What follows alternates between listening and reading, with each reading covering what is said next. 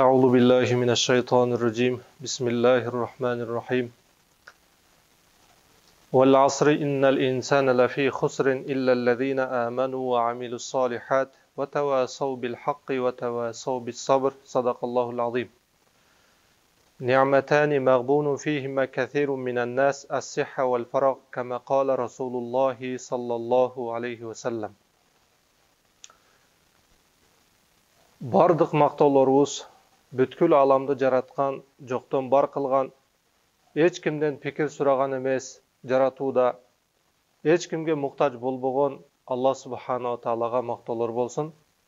Жана пайғамбарлардың мырзасы болған сүйікті пайғамбарыбыз Мұхаммад Мұстафа саллаллаху алейхи вассаламға, анын үй бүлесіне, сахаба ажмайиндерге Алланың рахматы жана саламы болсын. Ассаламу алейкум ва рахматуллахи ва баракатух. Урматтуу туғандар, урматтуу жамаат. Бүгүнкү сабагыбыз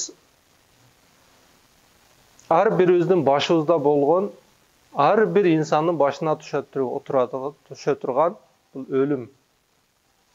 Өлүм төшөгү, өлүмдүн даамы ушу жөнүндө. Ал эми өлүм төшөгүндө жатып калган адам эмнелерге муктаж болот? Анын жанындагы тирүү туугандары, достору ошол өлүм төшөгүндө жаткан инсандарга эмне амалдарды кылуу зарыл? Ар бирибизге керектүү болгон жана ар бирибизге милдет болгон амал болгондуктан ушу жөнүндө сабагыбызды баштайбыз деп атабыз. Сабагыбызды сүйүктүү пайгамбарыбыз саллаллаху алейхи вассаламдын хадиси менен баштасак. Барра ибн Азиб радияллаху анху айтат: Амарана Расулуллах саллаллаху алейхи вассалам. Пайгамбарыбыз саллаллаху алейхи вассалам бизди буйруду. Эмнеге? Би иядатил марид. Биринчи, араңарда бирөө ооруп калса, ошол ооруну көргөнү баруу, ооруну зиярат кылууга буйруган. Пайгамбарыбыз саллаллаху алейхи вассалам бир эле учурда, биринчи эле орунда сахабаларга эмнени буйруду? Араңарда бирөөңөр өлүм төшөгүндө жатып, өтө оор ооруу менен ооруп калса, анда аны зиярат кылгыла.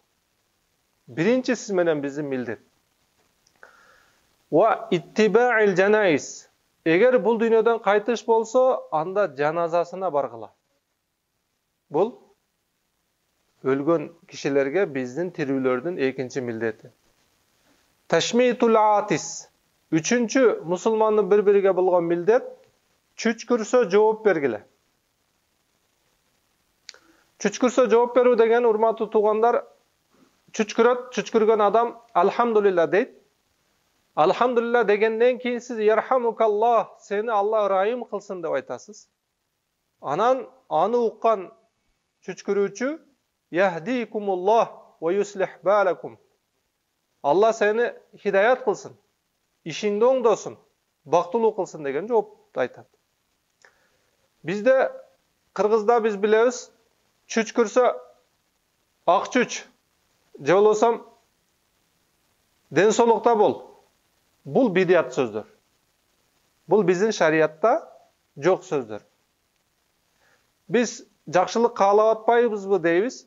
Албетте жакшылык каалап атабыз, бирок Пайгамбарыбыз саллаллаху алейхи вассалам бизге үйрөткөн сүннөт жолуну биз аткарган жокпуз. Ошондуктан биз күнөөкөр болобуз, ак чүч дей турган болсок.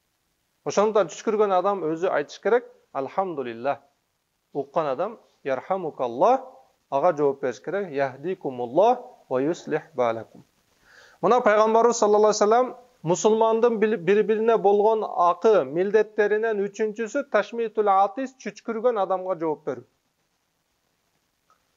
Ибрарул муксим. Касам ичкен адамды касамынан чыгаруу.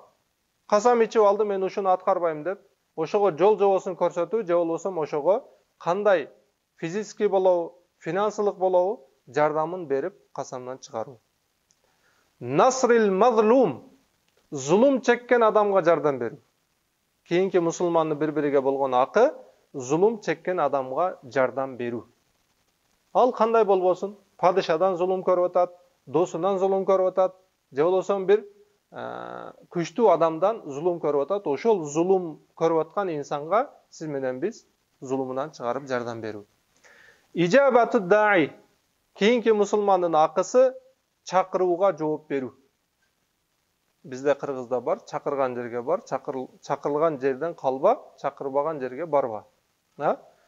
Пайгамбарыбыз саллаллаху алейхи вассалам айтып атат, чакырган жерге жооп берүү. Сөзсүз биз чакырылган жерге барышыбыз керек. Албетте бунун шарттары бар. Арак коюлбаган, музыка болбогон, ошондой мусулманга тыюу салынган чакыруулар болбосо. Эгерде бизди чакырды, биз билебиз, арак коюлат ал жерге, же болбосо музыка коюлат, ушундай бир шариаттын чеги каралбаган отуруштар болот, ошол жерге биз анда барбайбыз. Ифшаус салам, акыргысы саламды таркатуу, же болбосо саламды жайылтуу, ачык айтуу. Тааныганга да, тааныбаганга да ассаламу алейкум ва рахматуллахи ва баракатух. Мына мусулмандын бири-бирине болгон акы. Муттафакун алейх, буну имам Бухари жана имам Муслим рахматуллахи алейхилер риваят кылган сахих хадис. Биз токтоло турган маселе иядатул марид эле да. Төшөккө жатып калган мусулмандарыбызды барып көрүү тирүүлөрдүн акысы. Ал кандай төшөгөндө жатат? Өлүм төшөгөндө жатабы? Ал бизге канчалык даражада муктаж? Урматтуу туугандар, канчалык даражада муктаж? Сөзсүз ошону барып көрүп, билип, эгерде өлүм төшөгөндө жаткан болсо, кандай нерселерди кылуу керек? Азыр биз сабагыбызда айтып өтөбүз, ошолорду сөзсүз аткарышыбыз керек. Ага чейин дагы бир хадисти сабагыбыздын башында айтайлы. Пайгамбарыбыз саллаллаху алейхи вассалам айтат: "Инналлаха якулу яумал кияма." Аллах субхана ва таала кыяматта мынтип айтат экен: "Я ибн Адам, маридту фалам таудни." Мен ооруп калдым, мени көргөнү келбедиң дейт экен. Аллах субхана ва таала айтат экен: "Мен ооруп калдым, мени көргөнү келбедиң." Кала я Rabbi кайфа аудука ва анта раббул аламин. Раббул аламин. Ошондо инсандар сурайт экен: "Я Rabbi, сени мен кантип көргөнү барайын? Сен бүткүл аламдын тарбият кылуучу Роббусу болуп атсаң, биз сени кантип көрөлү?" Кала: "Ама алимта анна абди фуланан марида фалам таудуху." Билбейсиңби? Сен тирүү көзүң кезиңде ушул баланча ооруп калган, ошол учурда сен аны көргөнү барбадың. Ошону көргөн барган эмессиң. Ама алимта аннака лау уттаху лаважаттани индаху. Сен билгин, эгер тирүү кезиңде ошол ооруп калган инсанды барып көргөнүңдө, ошол жерден мени табат элең. Демек, ооруну өлүм төшөгүндө жаткан инсанды барып көрүү, бул кудум Аллах субхана ва тааланы барып көрүү. Кудум Аллах субхана ва тааланы зиярат кылуу. Карабайсыз, урматтуу тууганым, ушунчалык фазилеттүү иш ошол инсанды көрүү. Я ибн Адам, истад'амтука фалам тут'имни. Мен сага тамак бердим, бирок сен мага тамак бербедиң. Кыяматта Аллах субхана ва таала кайрадан сурап атат. Ошондо инсандар жооп берет: "Я Rabbi кайфа ут'имука ва анта раббул аламин." Кантип сага тамак беремин, сен бүткүл аламдын Роббусу болуп атсаң? Ошондо Алла таала кайра жооп берип атат: "Амма алимта аннаху истат'амака абди фуланун фалам тут'имху." Сен тирүү кезиңде баланча сага тамак берген эле мени кулум, бирок сен ага тамак берген жоксуң. Ама алимта аннака лау ат'амтаху лаважатта залика инди. Эгер тиги сурап келген, тамак сурап келген адам, муктаж болгон адамга сен тамак бергениңде, анда сен ошол жерде мени табат эле. Урматтууларым, ошол тирүү кезибизде бизден тамак сураган муктаждар, ошо тоюбузга келип тамак жеп кеткен инсандар, ушулардын бардыгына Аллах үчүн чын жүрөктөн тамак бериштигибиз, кудум биз Алланын алдында, же болбосо Алла биздин алдыбызда болгондой. Биз бүгүн ошондой сурагандарга дагы, сурабаган муктаждарга дагы тамак бербей жатабыз. Демек Аллах субхана таала кыяматта сиз менен бизге тамак мен сага берген элем, сен мага бербедиң деп сурайт. Кудум ошол тамакка муктаж адамдарга тамак бериштигибиз бизге Алла таала рызкылантып атат го. Ошону кудум Алла таалага кайтаргандай соопталабыз. Кайтаргандай милдеттен кутулабыз деп жатат. Sözün ulay Allah subhanahu wa ta'ala: "Ya ibn Adam, istasqaytuka falam tasqini." Men saga suu dagı bergen elem, birok sen maga suu bergen emessin. Ошондо пенде кайрадан жанагы жоопту берет. Кантип сизди согурайын, сиз бүткүл аламдын тарбият кылуучусу болуп атсаңыз, Алла субхана таала кайра айтат, паланча сени сугарган эле, бирок сен аны сугарган жоксуң. Билбейсиңби? Лау сакайтаху лаважатта залика инди, эгер сугарганыңда ал жерде мени табат эле. Раваху Муслим, Муслим риваят кылган хадис. Бул да сахих хадис. Мына биз ошол сусап калган, биздин каражатыбызга муктаж болгон инсандарга биз каралаша турган болсок, ошо сиз каралашып аткан инсандын алдында сөзсүз Алла субхана таала болот. Ал дегени Алла субхана тааланын рахматы болот. Алла субхана тааланын рахматына сиз ээ болосуз дегени. Мына Алла субхана таала кыяматта ушинтип сиз менен биз менен сүйлөшөт. Биздин темабыз ошол ооруп калган инсандарды зиярат кылуу эле. Ошолорго зияратка барганда кандай амалдарды кылыштыгыбыз керек. Пайгамбарыбыз саллаллаху алейхи вассаламдын бир хадиси бар да: "Ман кана ахиру каламихи ла илаха иллаллах дахалал жанна." Кимдин өлүм төшөгүндө жатып, кимдин акыркы сөзү ла илаха иллаллах болсо, ал бейишке кирет деген хадиси бар. Эми өлүм төшөгүндө жаткан инсан эч качан калиманы айтууга күчү жетпейт, дарамети да жетпейт. Ал өзү менен өзү алышып жаткан учур болот. Ошол учурда биз ошол инсандын акыркы сөзү ла илаха иллаллах болуп калышына тирүүлөр жардам бериш керек. Тирүүлөр жардам бериш керек. Ошондой учурда тирүүлөр башында отуруп туруп эмне кылыш керек? Инсанга өлүмдүн белгилери захир болуп калган учурда тирүүлөргө сүннөт амал эмне десе, юсанну ай юж'ала ala janbihi ayman. Сүннөт амал оң жагы менен жаткырыш керек. Өлүп аткан инсанды оң жагы менен жаткырыш керек. Юж'ala wajhu nahwal qibla, эмне үчүн десе, кыбла тарапка бети жүздөнүшү үчүн. Бу биринчиси. Ошондой эле юсталqa ala zahrihi, чалкасынан бетин асманга кылып жаткырыштагы сүннөт. Бихайсу такуну ризлаху нахвал qibla, путуну кыбла тарапка сунуп туруп. Ва юрфa'u ra'suhu, башыны бираз көтөрүп коюш керек. Qalиlan liyasira wajhu nahwal qibla, бети кыбла тарапка жүздөнүп калыштыгы үчүн. Ушул эки жол. Эми биз өлүм төшөгүн алышып аткан адамды оң тарап, оң жагы менен жаткырып аны кыйнабайбыз. Эң жакшысы чалкасынан жаткырып, башыны бираз көтөрүп койсо, кыбланы карап туруп жан бергени сүннөт. Мына тирүүлөрдүн акысы. Биринчи очеретте ошол инсанды ошондой түрдө жаткырыш керек. Андан кийинки инсандын милдети кайсы десе, юстахаббу ай юлаққана би шахадатайн. Ла илаха иллаллах, ашхаду ан ла илаха иллаллах. Ошол эки калиманы ошого талкин кылып туруш керек. Айтып жанында акырын ошол калиманы кайталап туруш керек. Ушундай даражада жанагы төшөктө жаткан инсан уга турган даражада. Өтө бийик эмес. Анын тынчын алып. Өтө акырын эмес, акырын ошонун кулагынын жанында ушу эки калиманы дайыма кайталап отуруш керек. Бирок ушуну айткын деп айтпайт экен. Ушу калиманы айтыңыз деп ага буйрук кылбайт экен. Эмнеге десе, ли алла якул ла, себеби ал жок деп бериши мүмкүн.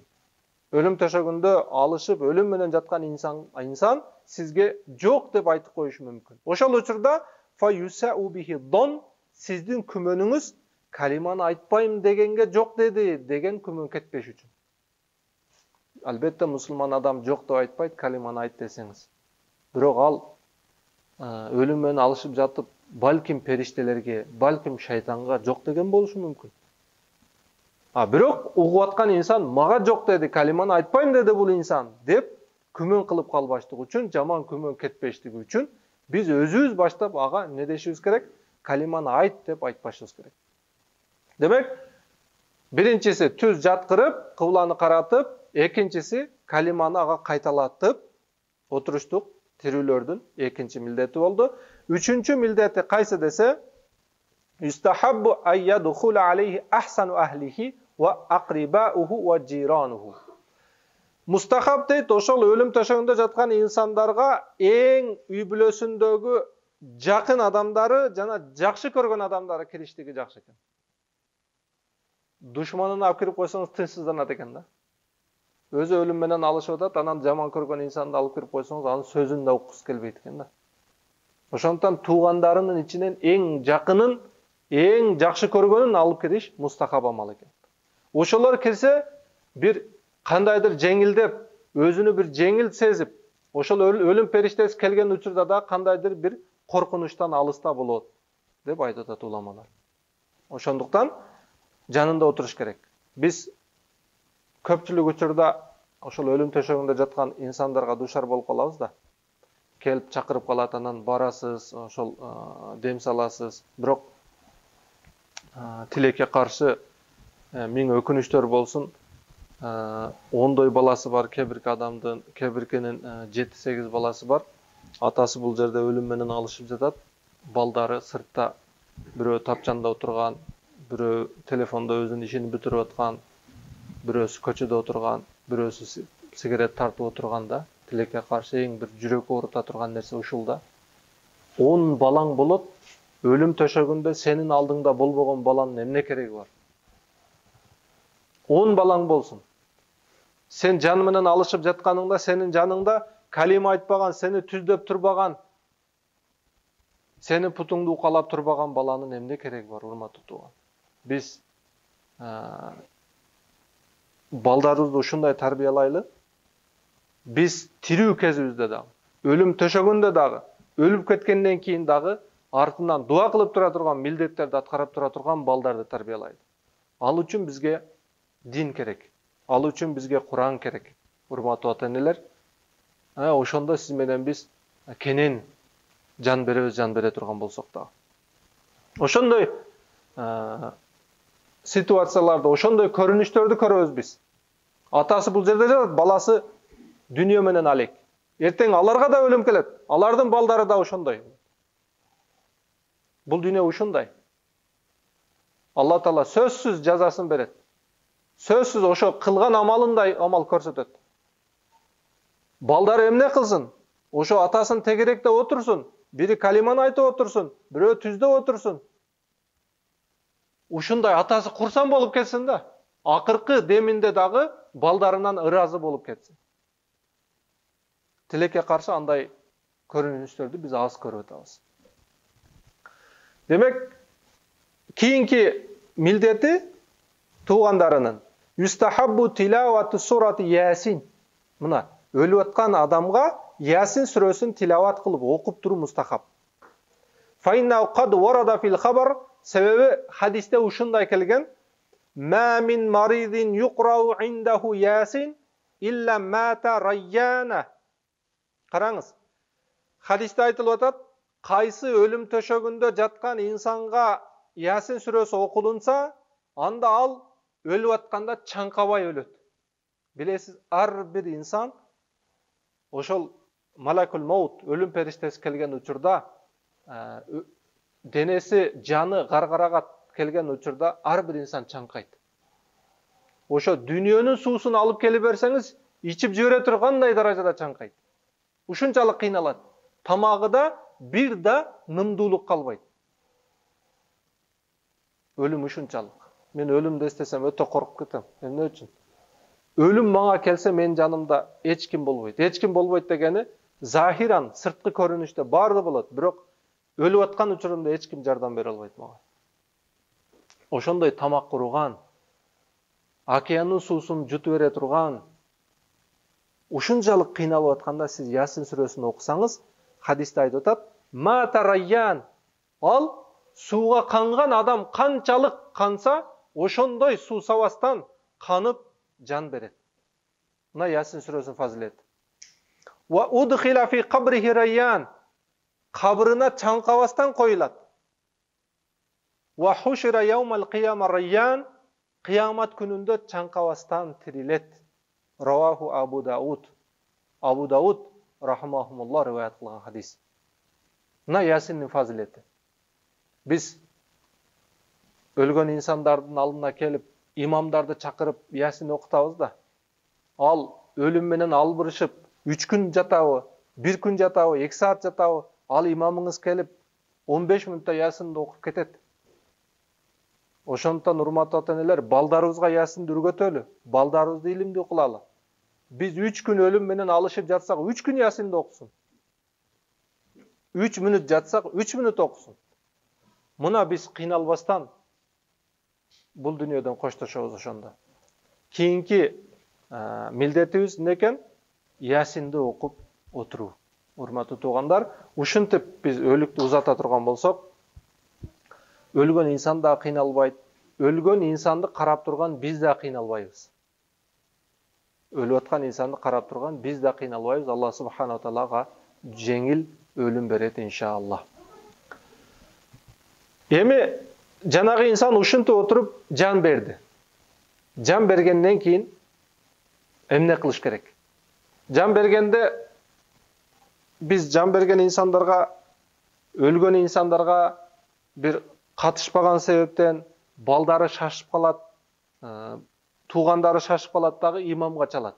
Имам келгенге чейин өлүк ошо бойдон калып калат. Биздин максатыбыз, бул сабакты кылайын деген максатыбыз, ушундай учурларда имамга муктаж болбостон ар бир инсан өлүктү сүннөт жолу менен узатып койсун. Имамдыга муктаж болбосун. Имам келгенден кийин муздап калбасын. Кээде барабыз да муздап калат. Ичи шишип кетет. Ушундай bir жаман абалда болот, көздөрү ачык болот, жаактары шалкыйып катып калат да. Пайгамбарыбыз башка хадисинде айткан, тирүүлөргө кандай мамиле кылсаңар, өлүктөргө да ошондой мамиле кылгыла. Имам барганга чейин өлүктөр ошондой bir жаман акыбалда болуп калат да. Жаман көрүнүштө. Ошондуктан биз сабагыбызды кылып атабыз, ар бир инсан ушул нерселерди билип, өлүккө чырайлуу мамиле кылып узатып койсун. Эми Allah Taala al insanın canın жеңил aldı deyli. Ушул амалдарыбыз менен. Андан кийин не кылышыбыз керек? Кийинки амалыбыз мустахаб дейт, шадду лахяйхи би исабатин аридатин. Bir kenen материал менен. Ичке жип менен эмес. Kenen материал менен жаагын таңуу. Билебиз, инсан кайтыш болгондон кийин жаагы түшүп калат. Жаны чыгып кеткенден кийин жаагы түшүп калат. Ошол жаакты көтөрүп, ал муздап калганга чейин. Муздап калгандан кийин көтөрүлбөй калат, катып калат. Муздап калганга чейин анын жаагын көтөрүп, ичке жип менен эмес, ичке жип менен мойнун бууп койсок, биз ага орой мамиле кылган болуп калабыз. Ошондуктан кенен материал менен жаагын таңуу. Турбату мин фауqi расихи, үстүгө байлайбыз, башынын үстүнө байлап, бир аз артырагына Wa tugammazu aynahu, эки көзүн жумдуруу. Хадисте келет, инсандын жаны чыгып баратканда анын рухуну көзү күзөтүп калат. Оозунан руху чыкканда көзү күзөтүп калат, ошондон көз ачылып калат. Канчалык оор касал болбосун, урматтуу туугандар, ошол жан берер учурда баарын көз ачылат. Көз ачылып, ошол рухту күзөтүп калат. Күзөткөн бойдон көз ачык калат. Ошондо сиз менен биз көзүнү сөзсүз жумдурушубуз керек. Мына кийинки биздин кыла турган амал. Көзүнү жумдуруп аткан адам эмнени айтыш керек? Көзүнү жумдуруп аткан адам Бисмиллахи ва аля миллати Расулиллахи саллаллаху алейхи ва саллям. Баарыбыз жаттап алайлы. Мустахаб амал. Бисмиллахи ва аля миллати Расулиллах. Алланын аты менен. Ва аля миллати Расулиллах. Саллаллаху алейхи ва салламдын миллаты менен, дини менен, жолу менен. Не кылып атам? Көзүнү жумдуруп атам. Бисмиллахи ва аля миллати Расулиллах саллаллаху алейхи ва саллям. Аллахумма яссир алейхи амраху. Эми бул арабча дуасы, сиз кыргызча кылсаңыз болот. Я Аллахым, бунун ишин өтө жеңил кылгын. Суроо жообун жеңил кылгын. Ва сахил алейхи ма ба'даху. Мундан кийинки ишин да жеңил кылгын. Ва ас'идуху би лиqaik. Я Аллах, сага жолукканда бул инсанды бактылуу инсандардан кылгын. Вадж'ал ма хаража илей хайран мимма хаража минху. Мундан чыккан нерселерди, мундан кылган амалдарын бардыгын жакшылык менен кылгын. Акыбетин да жакшылык менен түгөткүн. Ушундай дуа менен көзүнү жумдуруш тирүүлөрдүн милдети. Андан кийинки милдет юза аля батни шайун сакилун ли алла янтафиху. Көзүнү жумдургандан кийин Курсагына бир аз оорураак нерсени бастырып коюу. Эмне үчүн десе, курсагы шишип кетпештиги үчүн. Өлгөн инсандын курсагы шишип кетет, урматтуу туугандар. Сиз жууп, имам келип, эме болгонго чейин курсагы өтө шишип кетип, жанагы сиз пычкан кепенге батпай калат. Кепен жетпей калбаштыгы үчүн бир аз оорураак нерсени не кылыш керек? Курсагына бастырып коюш керек. Ошондо курсагы шишпестен турат. Тузау ядаху би жанбайхи. Кебирлерине барсаңыз, колуну мындай кылдырып коет да. Же мындай кылып коет. Ушул ойдон катып калат, кийин колуну биз мындай кыла албай калабыз. Колуну эки жанына түз кылып түшүрүп коюңуз деп атат. Мына тирүүлөрдүн милдети колуну не кылыш керек? Эки жанына түз кылып коюш керек, курсагына койбош керек. Вала яжузу вад'у ядайхи аля садрихи. Мына айтат, эки колун эч качан көкүрөгүнө байлап коюп койбоңуз. Тукраху кираатул Куран жахран индаху кабла юсала. Мына айтат, өлгөн адамдын алдында өлүк жуулганга чейин Куран тилават кылуу макрух. Бизде адатта, кыргыздын адатында өлгөн адам барып кабырга коюлганга чейин Куран окубайт, туурабы? Бизде бул жакшы адат, бирок бирөө өлгөндөн кийин кабырга коюлганга чейин бирөө аркы үйдө же наркы комнатада Куран окуп койсо, ал вахаби болду, ал бидият ишти кылды, ал күнөөкөр болду деп фитна чыгарбашыбыз керек. Бул жерде айтып атат, өлүк өлгөндөн кийин адам нажасатка айланат да. Адам нажасатка айланганда ошол жерде Куран окуу, кудум сиз нажас жерде Куран окугандай болуп каласыз. Ошончо макрух амал. Арам иш кылды эмес, макрух гана амал. Ал эми өлүк бул комнатада жатат, жуул элек, бирок сиз аркы комнатада Куран окусаңыз боло берет. Эч кандай айыбы жок анын. Ошондуктан биз фитна көтөрбөйлү, көмүлгөнгө чейин Куран окуп койду. Көмүлгөндөн кийин окуш керек эле. Андай фитна болбосун. Гусул кылынгандан кийин, аны гусул алдыргандан кийин артыраак туруп, ал жерде Куран окусаңыз эле боло берет. Бул бир тарабы. Экинчи тараптагы инсандар чыгып, эмне сөзсүз кабырга коюлгандан кийин Куран окуш керекпи деп дагы фитна чыгарбасын. Мейли. Азыр окубаса, кабырга коюлуп келгенден кийин деле Куран окуп кое берсин. Ал эч кандай бул жерде талаша турган же бир фитна көтөрө турган маселелер эмес, урматтуу туугандар. Бул жерде айтып атат, гусул кылдырганга чейин жанында Куран окубагыла. Албетте инсан кайтыш болгондон кийин Куран окубасаңыз деле Юсаббитуллаху аллазина аману бил каули сабит аят. Ушул дуаны айтып турса, уламалар фазилетин айтышкан, кабырдагы суроого жооп бере алат. Кабырга биринчи түшкөндө Мункар жана Накир деген периште келет. Мункар Накир деген таныш билиш жок дегени да. Сиз аларды тааныбайсыз, алар сизди тааныбайт дегени. Ушул эки таныш билиши жок периште келгенде, сиз жанагы 3 суроо бергенде жакшы жооп беришке Алла Таала мүмкүнчүлүк берет. Ошондуктан уламалар көпчүлүгү Юсаббитуллаху аллазина аману бил каули сабит деген дуаны тирүүлөргө окутуп турат. Ушул дагы бир мустахаб амал.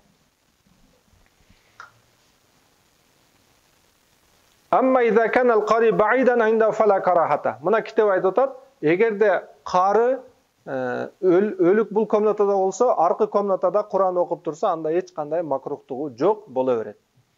Кийинки амал юстахаббул и'ламу би маутихи. Ана энди бул өлүктү гусулга даяр кылып койдуңуз, үстүнү жаап койдуңуз, энди сиз и'лан кылсаңыз мустахаб. Мына баланчы кайтыш болду, саат мынчага жаназага келиңиздер. Сөзүбүздүн башында хадисте айтып өттүк, жаназа инсандардын милдети деп эдикпи? Ошол милдетке адамдарды чакырып, жаназага чакырып и'лан кылыш керек. Бизде тилекке каршы, биздин Кыргызстанда 100дөй адам келет. 100дөй адам келип, жаназасына деп келет. Алардын 50-сү же болбосо 40-ы жаназа үчүн келет. 60-ы ошо өлгөн адамдын туугандарына көрүнүп коеюн деп келет. Эми барбасам уят го, ошого көрүнүп коеюн деп келет. Бул туура эмес. Бул ошол үчүн келген болот. Бул жаназанын соовун албайт. Эмне кылыш керек? Өлгөн адамга жаназанын соовун алайын. janazanын соғуға пайғамбарыбыз саллаллаху алейхи вассалам bir қират соғып беріледі деген. Bir қират дегені Ухуд тоосунчалык соғып. Ал эми жаназасынан кейін барып көмгөнгө да катышып койсо, дагы bir қират берилет деген. Biz ошол максатта келели. Жана пайгамбарыбыздын башка саллаллаху алейхи вассалам башка хадисинде bir адамдын жаназасына 40 салих инсандын катышуусу ошол адамдын бейиштигине далалат деп айткан. 40 салих инсандын.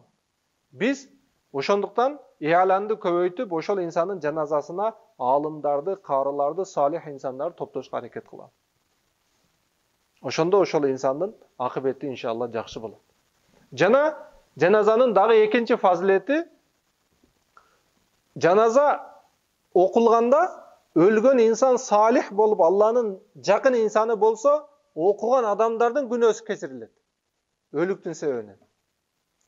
Ал эми жаназа окуган адамдар салих инсандар болсо, булардын себебинен өлгөн адамдын күнөөсү кечирилет деп келет. Караңыз, жаназага канчалык адам салих инсандар көп катышса, мунун да пайдасы, катышкандардын да пайдасы. Ошондон бул жерде иалам, ошол инсандарга жарыя кылуу, жаназага катыштыруу. Келип алып, анан ошолорго көрүнөт дагы, көчөнүн аркы четинде тизилип отуруп алат. Бул жерде 40 адам жаназа окуйт, 60 адам көчөдө отурат. Бул туура эмес. Бул инсандык милдетти аткарбады. Кийинки амал юстахабул исра би tajhizihi wa dafnihi. Ne deyt? Ошол гусул алдырдыңыз, башка кылдыңыз, жаназа окулду. Энди ошол адамды тезинен апарып көмүү. Же болбосо тезинен кепендерди тезинен даярдап, жууга даярдаш керек, анан тезинен апарып көмүш керек. Бизде 3 күн кармайт го. Бул шарияттын бир четинде дагы жок. İslam şariattın bir çetinde dağ mınday amal жоқ 3 gün karmaş. Hiç bir hadiste, hiç bir yerde kelgen emes. Buna hadislerde, ayattın mazmunu da, fiqh kitaplarda bardığında ne de otar? Yustahabul isra bi tajhizihi. Tezinin juuga dayardap kepindep, tezinen aparıp kömü. Bul mustahab amal. Köp karma şariatta da жоқ, ölüktü da kıyın. İnsan ölgөн bolso, ошол tezrak kabırga aparıp, tezrak суроо жоосун кылдырып, ошол нерселерден өтүп кетүүнү каалайт инсан. Ошондуктан тирүүлөрдүн милдеттери, урматтуу туугандарым, ушул амалдарды кылсак, биз өзүбүздүн милдетибизден да кутулабыз, жана өлгөн инсанды дагы жакшылап кабырга, Алланын хузуруна biz ne kılavuz? Tapşırıp koygan bolabız. Bugünkü sabagыбыз ушуну менен аяктайт, урматтуу туугандар. Бүгүн башталышы болсун. Алла субханала таала барыбызга жеңил өлүм берген болсун, барыбызга узун өмүр берген болсун, өзү ыраазы болмоюнча жаныбызды албаган болсун. Ассаламу алейкум ва рахматуллахи ва баракатух.